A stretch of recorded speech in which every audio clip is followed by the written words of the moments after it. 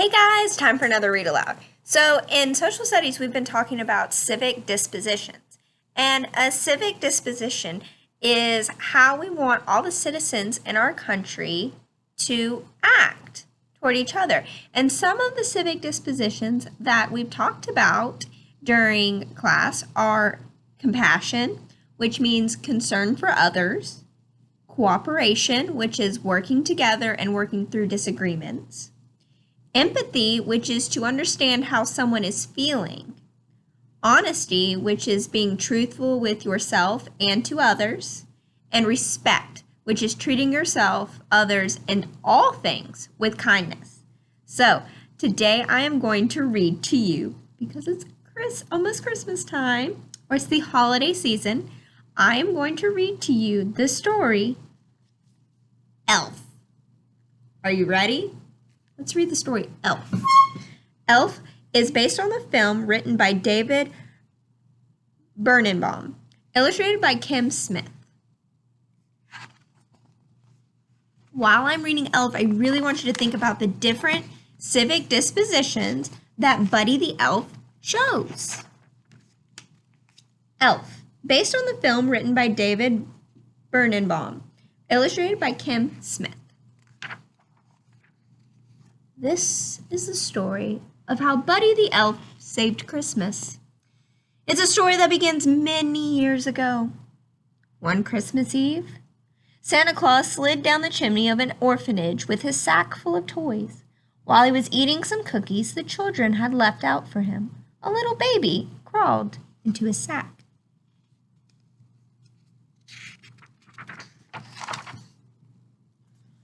On Christmas morning, Santa and his elves were celebrating another successful year of gift-giving when they heard a strange noise coming from the toy sack.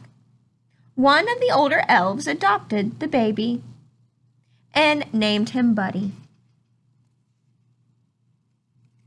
It was a baby. Although Buddy grew twice as fast, he was no different from the other elf children. And he had more Christmas spirit than anyone. The code of elves. Number 1, treat every day like Christmas. Number 2, there's room for everyone on the nice list. Number 3, the best way to spread Christmas cheer is singing loud for all to hear.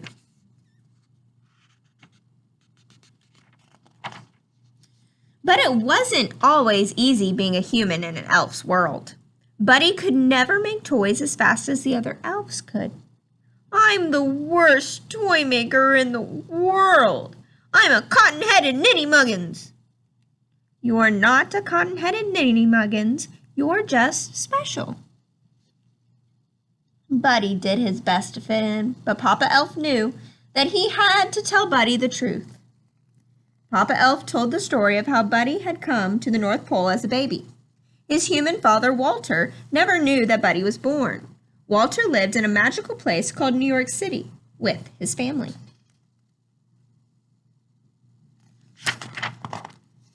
But that wasn't all. Santa had one more surprising thing to tell Buddy. Your father? He's on the naughty list. No! Some people just lose sight of what's important in life, Santa explained. That doesn't mean he can't find his way again. Maybe all he needs is a little Christmas spirit. Buddy was determined to bring Christmas cheer to his father and to all of New York City if he could. Buddy said goodbye to Santa, the elves, and Papa Elf. He knew they would always be there for him.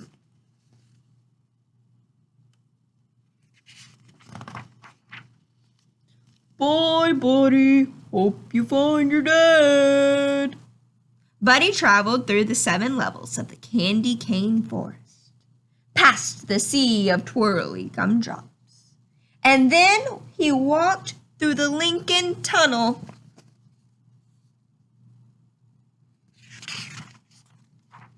Buddy quickly learned that New York City truly was a magical place. He made new friends, got his shoes shined, ran circles through a revolving door, and played hopscotch on the crosswalk.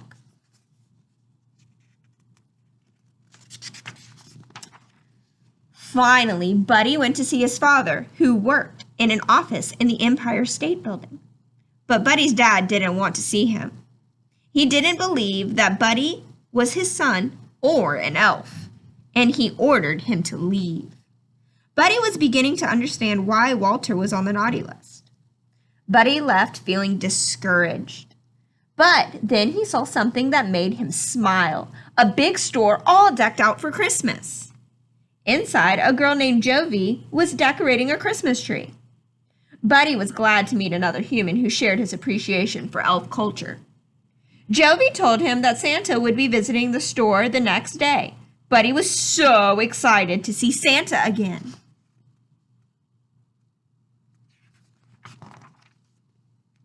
Buddy stayed up all night decorating the store in preparation for Santa's arrival.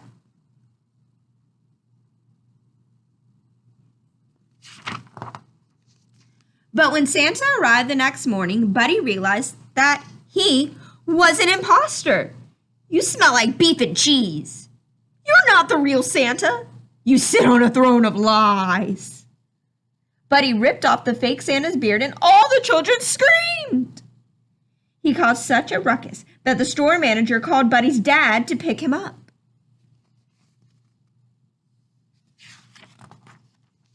Buddy met his dad's wife, Emily, and their son, Michael. They were much friendlier than his dad. At dinner, Buddy told his family about the 4 main food groups that elves eat: candy canes, candy corns, and syrup. Buddy had a whole list of things that he wanted to do with his dad. 1, make snow angels for 2 hours. 2, go ice skating. 3, eat a whole roll of cookie dough as fast as we can. 4, snuggle. But Buddy's dad didn't want to do any of those things. All he wanted to do was work. So Buddy went to work with his dad. He tried coffee. He helped answer the phones. Buddy the elf, what's your favorite color? And he sorted packages in a shiny mailroom.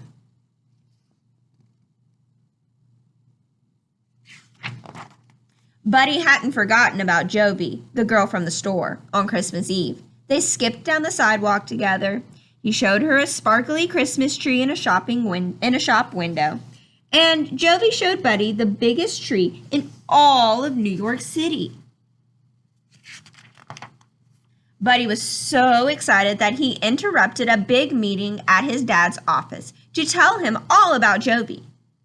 I'm in love, and I don't care who knows it. But Buddy's dad didn't want to be interrupted. Get out! Buddy was so upset that he decided to run away. He left a note behind. I'm sorry I ruined your lives and crammed 11 cookies into the VCR. I don't belong here.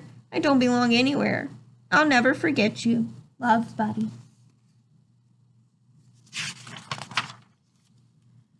When Michael told his dad that Buddy was missing, Walter felt sorry for yelling at him. He knew what he had to do. Walter's boss didn't want him to leave the meeting, but Walter said that nothing was more important than finding his son. Buddy was on his way out of the city, but then he saw something strange overhead. It was Santa's sleigh, and it was falling from the sky. Buddy found Santa in Central Park. My sleigh won't fly without Christmas spirit, and there's no Christmas spirit anymore, Santa explained. I need an elf's help. But Santa, I'm not an elf. Buddy, you're more of an elf than anyone I've ever met. Suddenly, Walter and Michael burst through the trees. They had been looking for Buddy all night. Buddy, I need to apologize to you, Walter said. You've been right about everything, and I don't want you to leave. You're my son, and I love you. I love you too, Dad. While Buddy helped fix the sleigh, Walter and Michael joined Emily and Jovi in the crowd outside Central Park. They needed to help people find their Christmas spirit. Jovi remembered something Buddy had told her. The best way to spread Christmas cheer is singing loud for all to hear. One by one, everyone began to sing. It's working, Buddy exclaimed. Everyone except for Walter. Dad, you have to sing. Finally, Walter joined in. Santa Claus is coming to town. Just in the nick of time, Santa's sleigh soared into the sky. There was so much Christmas spirit in the air that the sleigh flew all the way to the top of the Empire State Building. The next day was Christmas. It was the best Christmas ever because Buddy got to spend it with his whole family, doing all his favorite things, singing, giving gifts, and snuggling. And that's the story of how, with a little help, Buddy the Elf managed to save Christmas. And his spirit saved a lot of other people, too.